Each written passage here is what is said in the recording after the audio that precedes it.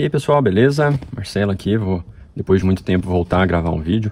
Fazem 6 meses que eu tô aqui com o Song Pro e eu resolvi fazer esse vídeo hoje falando um pouco sobre os pontos positivos e pontos negativos que eu vi no carro aqui nesse período que eu tô com ele, tá? Começar então pelos pontos positivos.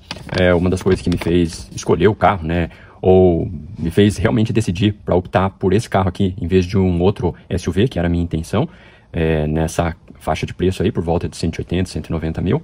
Então, um dos pontos que eu gostei bastante, que eu gosto da BYD de modo em geral, é o acabamento, né? Se você for ver aqui o nível de acabamento que tem esses carros, comparado a outros carros, né, de outras marcas, de preço equivalente, obviamente, você vê, assim, a superioridade que tem esses carros chineses, não só da BYD, em termos de acabamento, tá? Você vai ver os materiais que são utilizados, a qualidade do banco, das portas, os mínimos detalhes, aquela partezinha final, assim, de acabamento, de um painel com outra estrutura de detalhe, assim, é incrível. É uma coisa que realmente brilha os olhos quando a gente vê. Não acho que é o ponto principal para a gente escolher um carro, mas, sem dúvida, quando você vai gastar um valor desse, perto de 200 mil num carro, e olha algumas coisas de acabamento dele, fica decepcionado, eu acho que mais conta contra o carro, quando você se decepciona, do que faz você decidir simplesmente pela compra, né? Mas aqui, sem dúvida, é um ponto positivo dele. Outro ponto positivo é a parte do multimídia e das câmeras, tá? Estou falando aqui do Song Pro, mas vale para todos os modelos da BYD que a gente tem atualmente. A multimídia dela é fantástica, tá? A gente tem muitas opções, tem vários aplicativos. Depois eu vou falar no final um ponto negativo referente a isso também, mas aqui eu quero mencionar as partes positivas. Eu vou, acho, fazer um vídeo específico sobre o multimídia depois de desbloqueada, que é o meu caso aqui.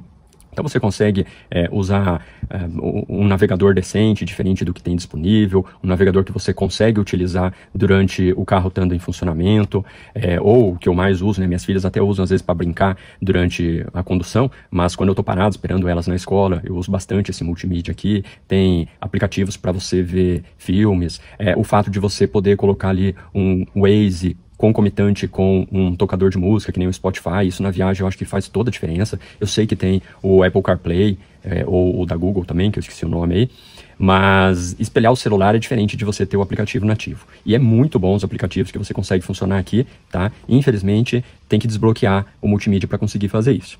E as câmeras, que é fantástico, né? Você vê a definição, esse tamanho de tela para você estacionar o carro ali, é sensacional. Isso é uma coisa que realmente chama atenção. Agora, já com 6 meses usando o carro, eu estou muito mais acostumado. Para mim é natural ver isso. Eu estranho quando eu vou em outro carro e não tem esse tamanho de tela e essa qualidade de imagem. Mas sem dúvida é uma coisa que faz a gente contar a favor dos carros da BYD. Um outro ponto, esse sim fundamental, que foi o ponto decisivo da minha escolha, é o fato de ser um carro híbrido plug-in. Por quê? A gente tem alguns carros, para quem não está muito familiarizado, carros híbridos, que eles não são plug-in e eles simplesmente dão uma economia de combustível, mas você não tem a sensação de dirigir um carro elétrico. Os carros 100% elétrico, e eu tenho um Dolphin, tem todas as vantagens de um carro elétrico, mas tem também ali as suas desvantagens. E no carro do híbrido plug-in, você tem tanto as vantagens de um carro elétrico, que é puramente elétrico, quanto tem as vantagens, principalmente na estrada, né, de autonomia, de você ter um carro a combustão e poder reabastecer a qualquer momento e seguir viagem rapidinho.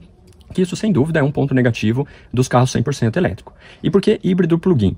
Porque, é óbvio, você tem que conectar ele num wallbox, num carregador, para recarregar a bateria. É claro que o motor a combustão também serve para recarregar a bateria, principalmente na estrada, né? Essa aqui é a função dele, porque o motor principal aqui do carro é o elétrico. Ele está ligado 99% do tempo, tá? Talvez até 100%, mas olhando pela multimídia, em pequenos pontos na estrada, parece que às vezes, quando a bateria está muito baixa, e você está numa condução, por exemplo, 110, estável, assim, parece que ele até chega a desligar um pouco o motor elétrico nessa situação que a bateria está baixa e roda só a combustão. Mas é muito pouco tempo, dá para se dizer, talvez até seja engano meu isso, mas dá para se dizer que quase o tempo todo é o motor elétrico que está conduzindo o carro. E isso é permitido por quê? Por ser um carro híbrido plug-in, ele tem uma bateria com uma capacidade interessante. No caso aqui do Song Pro, o GS, que é o modelo que eu tenho, ele tem uma autonomia na cidade de em torno de 100 km, e você tem todo o benefício do carro ser carregado pelo wallbox. Tá? É muito mais vantajoso e mais rápido você deixar a bateria carregar no wallbox do que querer ficar deixando o motor a combustão carregar essa bateria. Não recomendo ter um carro elétrico, nem um híbrido plug-in, para quem não puder carregar o carro em casa, num wallbox, tá? Principalmente. Até pode ser na tomada esse aqui, um carro 100% elétrico vai demorar demais, mas um carro híbrido como é o caso aqui, eu acho que usar só na tomada demora um pouco, mas não é tanto tempo. Aqui, para vocês terem uma ideia, no meu Wallbox, que é um original que veio da BYD, ele carrega ali a 6,2 kWh e eu levo menos de 2 horas, porque vai depender de quanto que eu deixo a bateria descarregar, tá? Ela descarrega no máximo até 25%, mas normalmente quando ela chega ali por volta de 30%, eu já coloco para carregar, porque eu acho que entre 25 e 30 começa a entrar muito o motor a combustão. E eu sempre dirijo ele no modo híbrido na cidade, e o que eu tenho feito aqui é gastar 1 litro para rodar 100 km, que é em torno de 100 km que ele usa a bateria de carregada 100%, até chegar em 25, 30%, ela consegue rodar 100 km, e estando no modo híbrido ele entra praticamente só em subidas aqui na cidade, e isso gasta ali por alguns segundos, o motor de combustão gasta a gasolina, e isso consome então em torno de 100 km, 1 litro, melhor dizendo, nesses 100 km. Tá? Então, assim, não faz sentido ter um carro plug-in e não carregar ele no wallbox, não carregar na energia elétrica. Ainda mais se as pessoas tiverem, como eu tenho aqui, uma produção de energia solar em casa, né? Então, meu gasto com energia é só o consumo mínimo obrigatório aqui da companhia elétrica, tá? Economia em cima de economia, tá? Não é o ponto principal para você decidir, tá? Eu vou para economizar com gasolina? Eu não acho que é o caso. Mas eu vou comprar um carro desse para ter a dirigibilidade de um carro elétrico, e isso o Song Pro te permite, você ter a sensação plena de dirigir um carro 100% elétrico, com torque instantâneo, isso aí, para quem nunca dirigiu, faça o teste, tá? É muito bacana. Agora, como eu falei, tem que ter um carregador em casa para poder utilizar todos os benefícios dele, tá? Outro ponto positivo aqui é o silêncio. Nossa, ele tem um vidro duplo.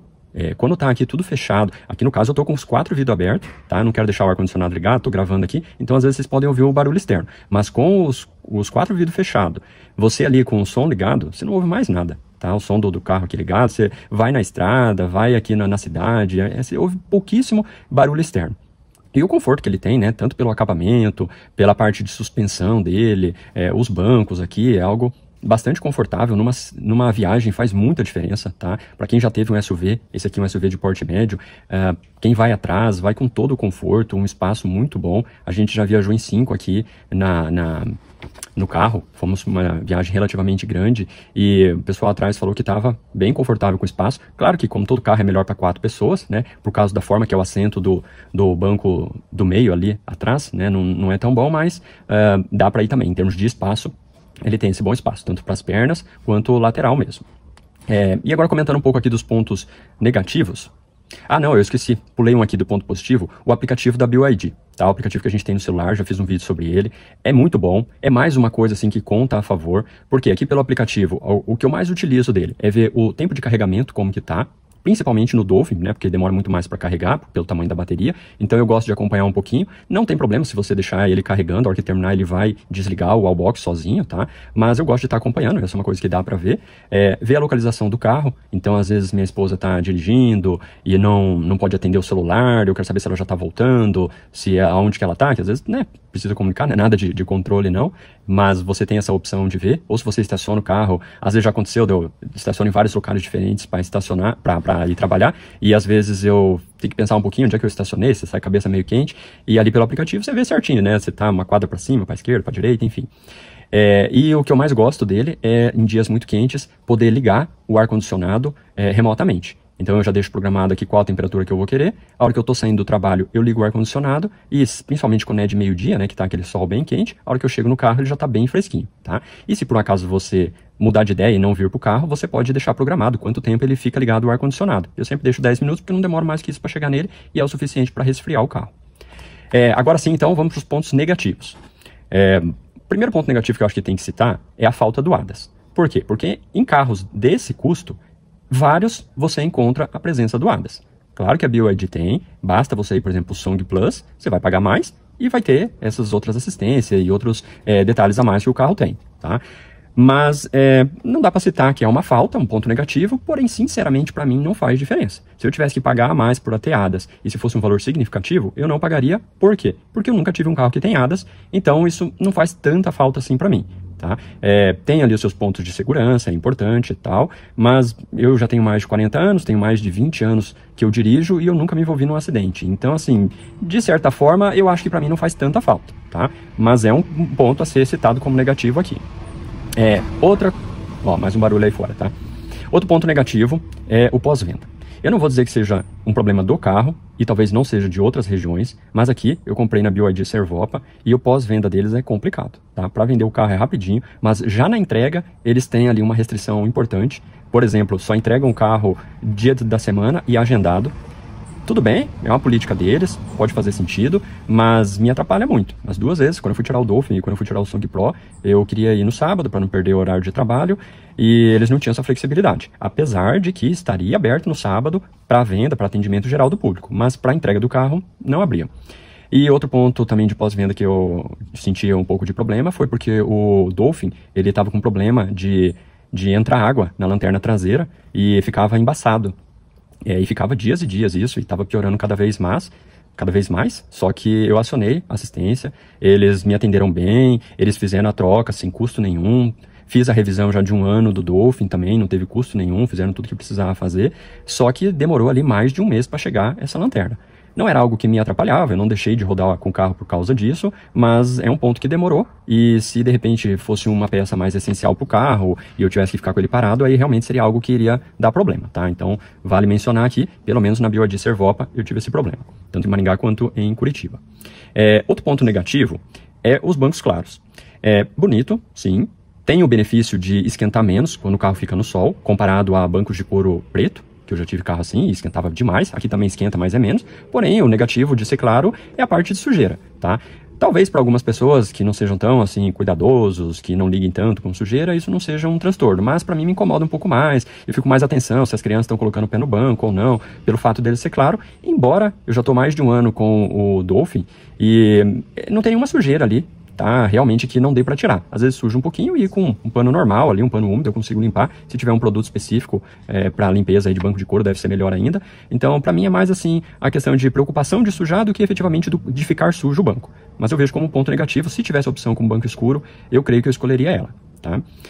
Outro ponto negativo é a falta de carregamento rápido quando você vai carregar o carro na bateria, no wallbox, tá?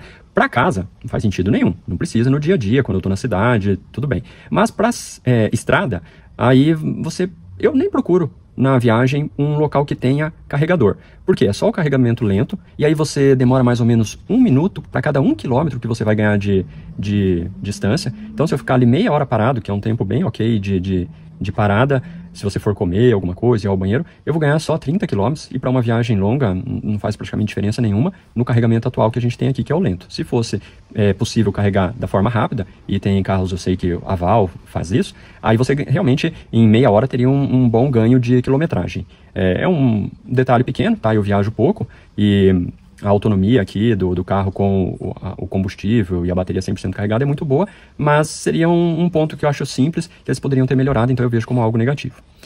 Outro ponto negativo que eu vejo aqui é, como eu falei, o multimídia.